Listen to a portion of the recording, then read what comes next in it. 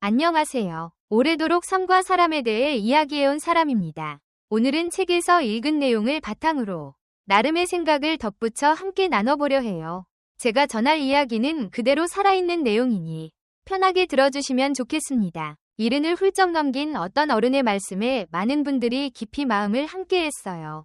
같은 핏줄로 이어진 어버이와 형아오라도 돈 앞에서는 서로 척을 질 수밖에 없다고 하시더군요.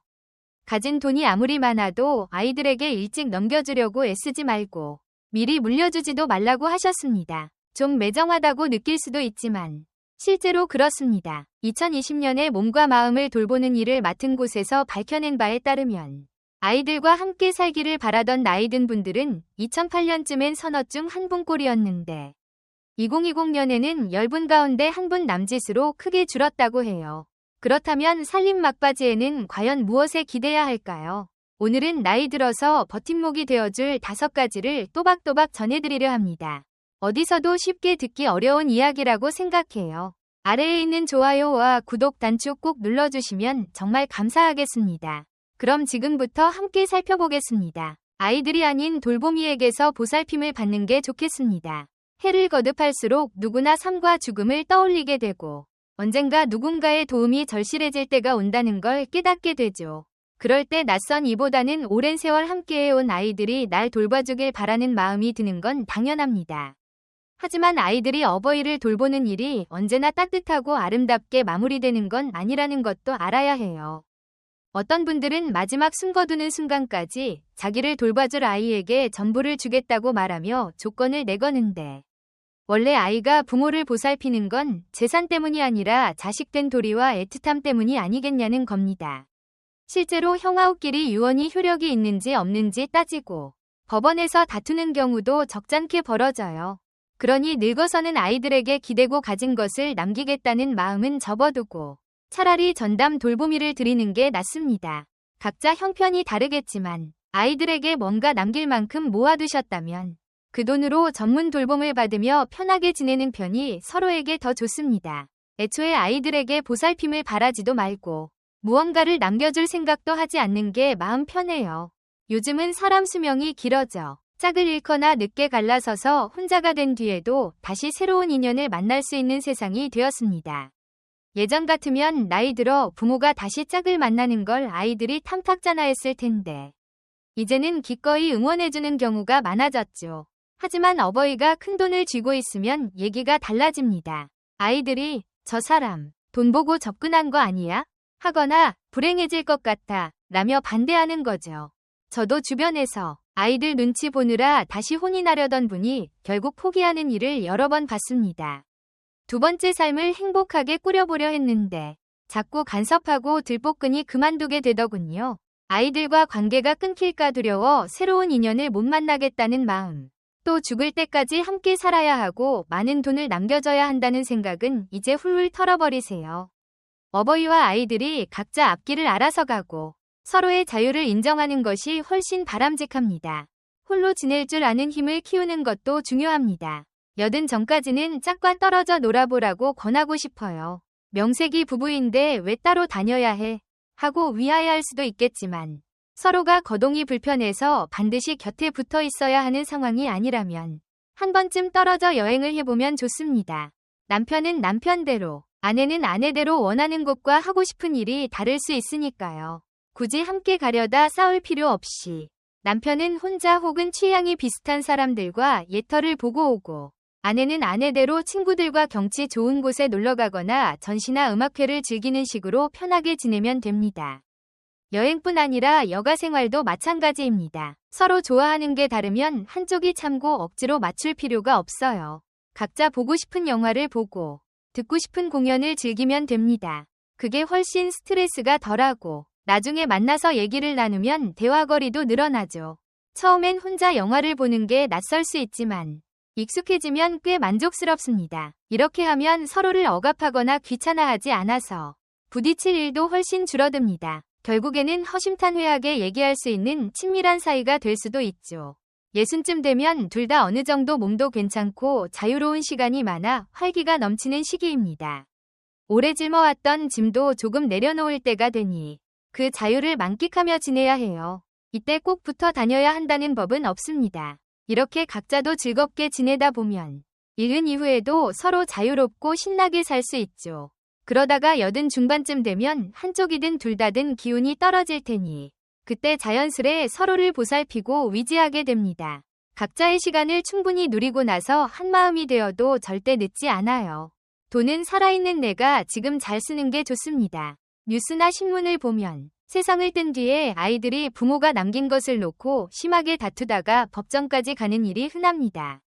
돈 때문에 가족이나 가까운 사이가 갈라지고 불행해지는 경우가 얼마나 많은가요?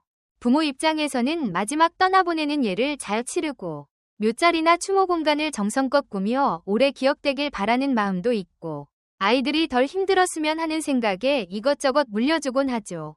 그런데 실제로 돌아가신 뒤엔 고인의 뜻대로 되는 경우가 드물어요. 이런 모습을 보면 과연 미리 남겨두는 게 지혜로운 걸까 싶습니다. 무덤 자리를 만드는 일도 다시 생각해볼 필요가 있습니다.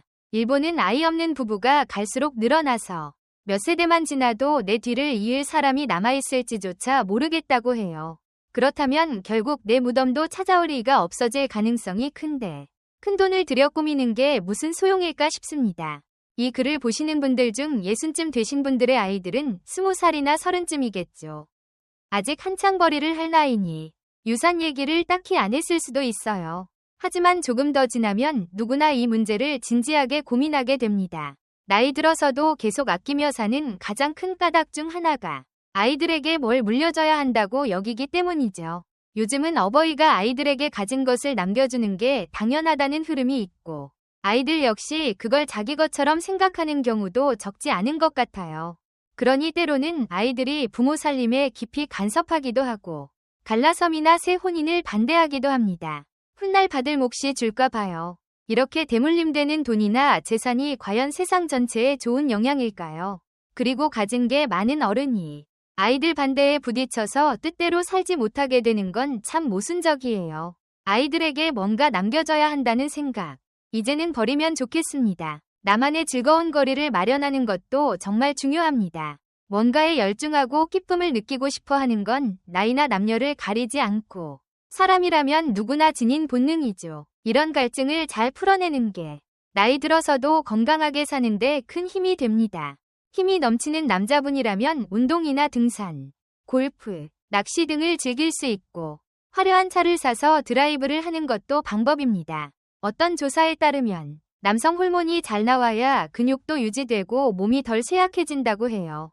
욕구를 잘 풀고 만족을 느끼면 그 호르몬이 활발히 나와서 몸도 기운을 차린다고 합니다. 여자분들 역시 새롭게 빠져드는 취미나 바람을 통해 좋은 영향을 받을 수 있어요. 예전엔 여자의 욕심을 가볍게 여기던 때도 있었지만 이제는 드라마나 소설 등 중년 여성을 위한 볼거리가 많아졌죠. 그 외에 꽃꽂이나 예쁜 글씨 쓰기처럼 고운 느낌의 활동을 즐기는 분도 있습니다. 대체로 여자분들은 거친 몸놀림보다는 무언가를 주제로 이야기 나누는 걸 좋아하시는 것 같아요. 사랑영화나 잔잔한 드라마를 보며 간접으로 느끼는 것도 즐거움이 될 수 있고요. 좋아하는 가수나 배우를 찾아 팬이 되어 공연장에 가고 굿즈를 사 모으고 팬 모임에 들어가는 분들도 많습니다.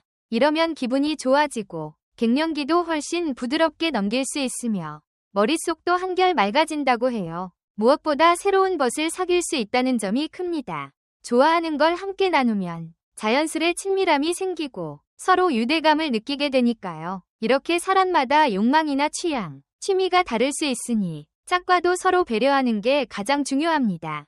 꼭 점잖게 책만 읽고 신문만 봐야 한다는 법은 없죠. 신나고 열정이 솟는 활동이 오히려 건강에 이롭다고 생각합니다. 짝끼리 적절한 약속을 만들어두는 것도 좋습니다. 60 넘어 함께 지내면서도 싸움을 줄이려면 서로 조금 떨어져 사는 조용한 갈라섬 같은 방식을 택할 수도 있는데 이렇게 하다 보면 서로 부딪힐 일이 줄어서 오히려 정서적으로 더 편해진다고 해요. 짝끼리 어느 정도 거리를 두는 게 맞는지는 정해진 게 없으니 대화를 통해 밥과 빨래는 각자 해결한다. 하루만 밖에서 자고 오는 건 미리 말하지 않아도 된다. 며칠 멀리 떠날 때만 미리 이야기하고 이유를 캐묻지 않는다. 같은 약속을 만들면 됩니다. 이런 약속은 함께 성의해서 정하고 나중에 덧붙이거나 고칠 수도 있어요. 중요한 건 한쪽이 자기 뜻만 내세우지 않고 서로 이해하며 받아들이는 거예요. 약속을 정해두면 얼굴을 마주칠 일이 줄어들고 그러면 몸도 마음도 적당히 거리를 두게 되어 스트레스가 줄어듭니다. 그러다 보면 마음의 여유가 생겨서 그동안 잘 못했던 고마워, 미안해 같은 말도 자연스레 하게 되고 더 다정해지기도 해요. 오히려 조금 떨어져 지내는 게 완전히 등 돌리는 일을 막아주니 이걸 꼭 기억하시면 좋겠습니다. 그리고 조금 냉정하게 들릴 수도 있지만 어버이와 아이 사이에 너는 너, 나는 나 라고 선을 긋는 태도 역시 정말 중요합니다. 내 아이가 예쁘지 않은 부모가 어디 있겠어요. 그렇지만 아이들을 내가 평생 다 먹여 살려야 한다거나 가진 걸 남겨줘야 한다는 의무감까지 가질 필요는 없습니다. 또 늙어서 아이들에게 기대며 살겠다는 생각도 내려놓으시는 게 좋습니다. 부모와 아이를 구분하지 못하면 언제부턴가 거기에 얽매여 서로 눈치만 보다가 관계가 크게 틀어질 수 있어요. 뒤돌아보지 않으려면 아이에게서 독립해야 합니다. 이 독립은 부정적인 뜻이 아니라 어버이가 오직 자신의 행복을 찾아갈 수 있도록 적당히 선을 긋자는 얘기예요. 내 돈과 시간은 나 스스로를 위해 쓰는 게 맞습니다. 아이들이 일자리를 못 찾거나 우울증 같은 마음앓이로 힘들어한다 해도 부모가 직접 나서서 문제를 풀어줄 수는 없어요. 그리고 굳이 그래야 할 필요도 없고요. 오랫동안 세금을 낸 건 바로 이럴 때를 위해 세상이 안전그물을 만들어둔 거잖아요. 집안 사정이라며 모든 걸 다 희생하려 하다 보면 어버이 자신도 아이도 모두 힘들어집니다. 안타깝게 여기는 마음과 내 손으로 문제를 해결해주려는 태도는 다릅니다. 부모가 마음 자세를 바꿔야 아이가 스스로 일어서도록 도울 수 있고 훗날 내가 더 늙고 병들었을 때 서로 함께 무너지는 일을 피할 수 있어요. 마지막으로 이제부터는 나를 위해 사는 게 필요합니다. 어떤 면에서는 젊을 때보다 60 이후의 짝꿍합이 훨씬 중요합니다. 20살, 30살 때 혼인할 땐 집 문제나 먹고 사는 문제, 아이를 기르는 문제로 바빴고 정작 서로 성격이 맞는지는 뒷전이었을 수 있어요. 그런데 일을 그만두고 둘만 남은 뒤에는 마음과 생활 방식이 안 맞으면 결국 평생을 함께하기 어렵다는 결론에 다다르기도 합니다. 그래서 나이 들어 짝 인연을 정리하고 자기 자신을 위해 두 번째 삶을 여는 것도 괜찮다고 봅니다. 새 짝을 찾아 다시 혼인하는 것도 좋은 선택이라 생각해요. 다만 그땐 서로 마음이 잘 맞는지가 가장 중요하겠죠. 이 사람이면 남은 날들이 행복하겠다. 늙어서 아프더라도 기꺼이 돌봐줄 수 있겠다 싶을 만큼 잘 맞는지 따져봐야 해요. 우리는 사람 역사상 가장 오래 사는 시대를 살고 있으니 오래 늘어난 삶에 맞춰 짝을 맺는 방식이나 혼인 개념도 달라질 필요가 있습니다. 옛날 예식에서 검은 머리가 흰 머리가 될 때까지 서로 아끼고 사랑한다 고들 하지만 모든 짝이 같은 날 세상을 떠날 수는 없잖아요. 살다 보면 성격 차이가 심해 도무지 안 맞는 경우도 있고요. 그럴 땐 억지로 묶여있을 필요가 없다고 생각합니다. 나이 들어 더 잘 맞는 사람을 다시 만나 남은 인생을 함께 보내는 것도 그리 나쁘지 않아요. 마무리를 지으며 책을 읽고 영상을 준비하다 보니 이런 생각이 들었습니다. 나이가 들수록 결국 위지할 건 나 자신뿐이 아닐까 하는 거죠. 삶은 혼자 왔다 혼자 간다 는 말이 예전엔 무척 쓸쓸하게 들렸는데 이제는 자연스러운 이치처럼 느껴집니다. 길가의 나무잎도 혼자 피어나 혼자 떨어지고 그동안 새도 보고 벌레도 보고 햇살도 느꼈겠죠.